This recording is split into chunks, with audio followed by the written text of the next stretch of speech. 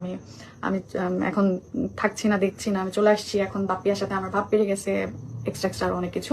তো তাদের উদ্দেশ্যে একটা কথা বলতে চাই যে প্লিজ এটা আন্ডারস্ট্যান্ড করবেন যে আমি একটা সিঙ্গেল মানুষ ছিলাম, ঠিক আছে?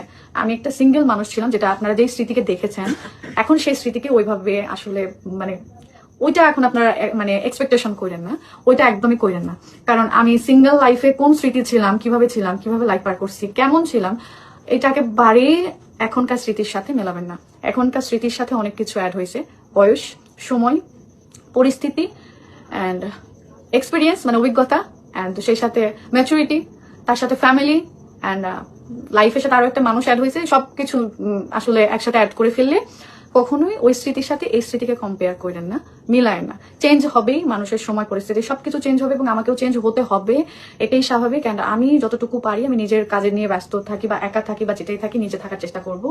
কারো সাথে বা যে কোনো কিছু ঝামেলার মধ্যে আমি কখনো যেতে চাই না, থাকতে চাই না, কখনোই না।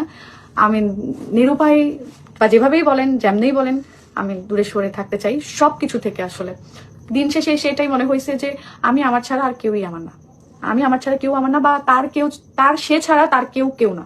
তো এটাই জাস্ট বুঝেছি যে মনে হয় সবাইকে সবার জায়গা থেকে নিজের কাজ নিয়ে, নিজের লাইফ নিয়ে, নিজের ফ্যামিলি নিয়ে ব্যস্ত থাকা দরকার। অ্যান্ড এটাই তাকে হওয়া উচিত।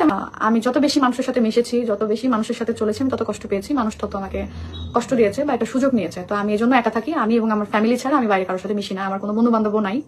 তো এই জিনিসটা আমার কাছে একটা কারণে ভালো লেগেছে যে আসলেই তাই, যত বেশি থাকবে তত বেশি সমস্যা, না থাকলে সমস্যা হইলেও সমস্যা নাই, তত ভালো রাখবেন। একা থাকাটা অনেক ভালো। আসলে 100% রাইট আপু পাখি, তুমি তোমার ফ্যামিলি নিয়ে থাকো, এটা আমাকে করতে হবে। আপনারা এটা ভুল বুঝেন না, এটা আমাকে করতে হবে।